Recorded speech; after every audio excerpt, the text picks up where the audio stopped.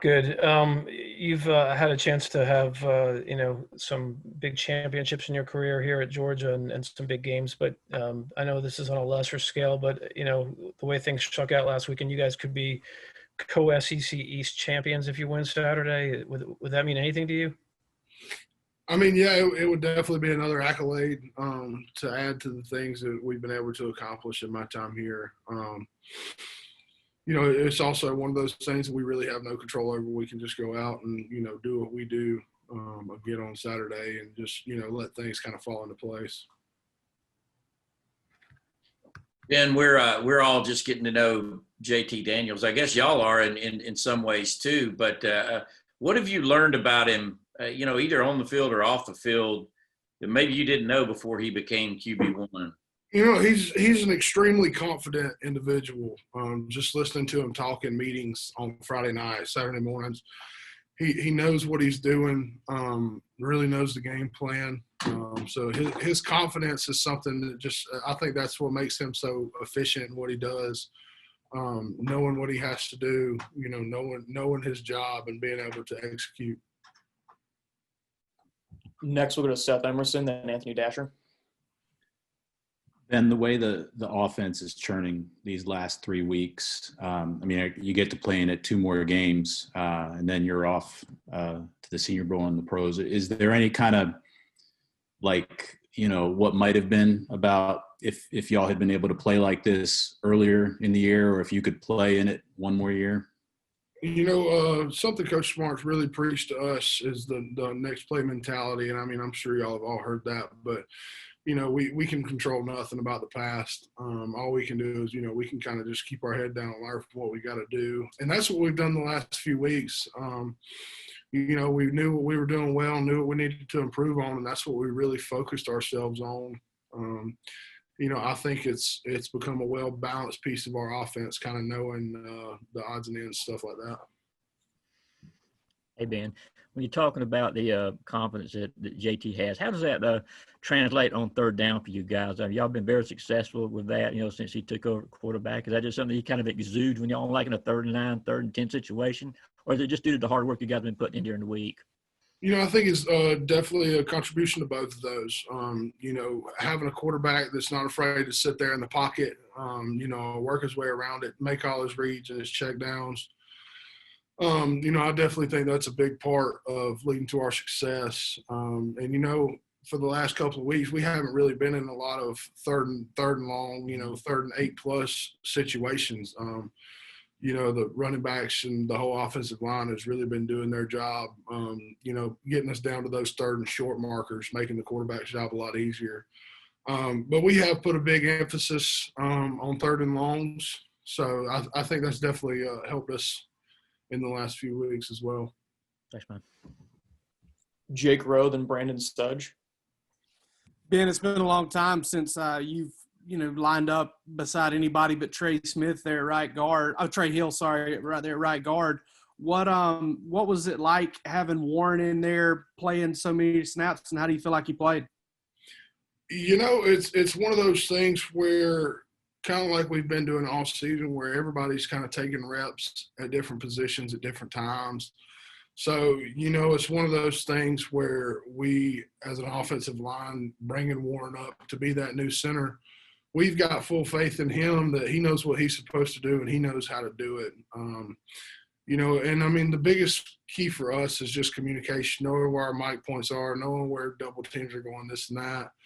And as long as the center does that, Warren is a very demonstrative player on the field, and he makes sure that everybody's in the right spot and knows what they're doing. So I definitely think that, Warren took full advantage of the opportunity that he was given, and I think he played well as the rest of the O-line. Hey, Ben, so I kind of want to get your perspective. Say if you were in the shoes of a high school kid who's trying to decide on a school right now, can you imagine doing it with only Zoom calls, not being able to visit people in person? Yeah, that would be very tough. And I'm sorry, I spoke a little out of turn there, but go ahead and finish your question. That just kind of. No, that's all. You're good. but yeah, I mean, it would definitely be hard trying to be a recruit right now in these times. Because I mean, heck, even over the summertime, and whenever we were still not allowed on campus, it was hard for us, especially trying to learn a new offense. Um, because that was all we were able to do was Zoom calls, and that was only a couple hours a day. So it was tough, for us learning new stuff. And I couldn't imagine, being a high school kid trying to build those relationships over Zoom calls. But I do believe that our coaches here, they've kind of got a handle on the Zoom programs and stuff like that. So I think they've probably been able to take advantage of it. Connor Riley, then Palmer Toms. Yeah, Ben, your own recruitment years ago now, you dealt with the coaching change where you were committed to a school and then Mark Rick obviously gets dismissed. How much did that coaching change sort of force you to step back and sort of look at, okay, am I going to Georgia because it's the best school for me, or am I going here because I want to go play for this coach and this coaching staff? I don't personally, for me, I didn't come here for one specific, person, rhyme, reason, or whatever. I came here because I fell in love with this place. Everybody that was around me, my recruiting class. And, it's like my parents and I talked about kind of when all that happened. God, I guess that was, 5 years ago now. Just putting your faith in, this school and stuff like that. And, knowing that they were going to hire the right people. And, I truly believe they did. And they've continued to do that. For my 5 years, seeing different people come and go, we've still continued to hire, who needed to be here at the right time. Ben, you've been here since 2016, Kirby Smart's first season then. How have you seen the energy and expectations around this program change during your time, and why do you think that is? I think a lot of that came from that 2017 year, where we had so much success and played for the national championship. Just seeing the leadership from that team, like Nick and Sony and them, Isaiah Wynn on the offensive line, just, the leadership that they brought to practice every day, and seeing how much success that brought us.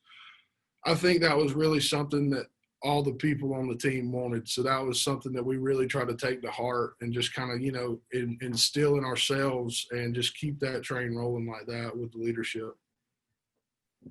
We've got time for 2 more questions if anyone wants to step in and take them. Ben, how will you remember, this last season of yours at Georgia, presuming that, I guess you're going to the Senior Bowl, so it has to be your last season, right? Playing through the pandemic, and obviously it's been different than your first 4 years here.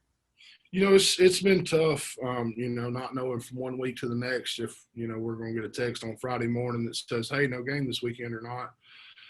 But it's definitely, it's made me realize, just to appreciate, the opportunities that we do get and take advantage of them because, they're not guaranteed from week to week, whether that be from COVID or from injuries, anything like that. So I would definitely say this has been a wild season, but it's been a very appreciated season just because I think it's, not only speaking for myself, but I think speaking for a lot of guys, it's made us really appreciate the opportunities that we have at hand. Last question. All right. Thank you, Ben, for your time today, and thank you for joining us, everyone. Thanks, guys. Thank you, Bill.